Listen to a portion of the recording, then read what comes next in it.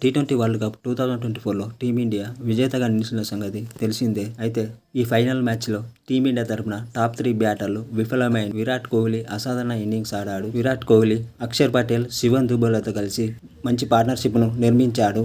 ఆచితూచి ఆడుతూ బ్యాటింగ్ చేసిన విరాట్ కోహ్లీ 76 పరుగులు చేసి టీమిండియాకు మంచి స్కోర్ అందించాడు.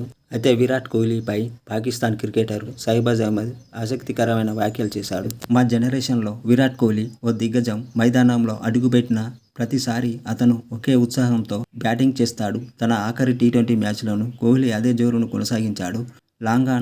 లాంగ్ ఆఫ్ ఫీల్డింగ్ చేసిన కోహ్లీ వికెట్ పడిన ప్రతిసారి సంబరాలు చేసుకున్నాడు. టీ20 ప్రపంచ కప్ 2024 టోర్నీ మొత్తం అతను పరుగులు చేయలేదు. కానీ దేవుడు రాసిన రాతేమో కానీ కీలక ఫైనల్లో మాత్రం సత్తా చాటాడు. మిగతా బ్యాటర్లంతా విఫలమైన వేళ సూపర్ బ్యాటింగ్తో రాణించాడు. విరాట్ కోహ్లీ అసాధారణ ఇన్నింగ్స్ ఆడకపోయి ఉంటే టీమిండియా ప్రపంచ కప్ గెలిచేది కాదు. టీ20 క్రికెట్లో అతడు గొప్ప వారసత్వాన్ని మిగిల్చాడు. అతని స్థానాన్ని భర్తీ చేసేందుకు ప్రయత్నిస్తున్న భారత క్రికెట్కు గుడ్ లక్. కోహ్లీతో మరో ఆటగాడిని పోల్చవద్దు. బాబర్ ఆజమ్ అతని కాలిగోటి కూడా సరిపోడు అని అన్నాడు.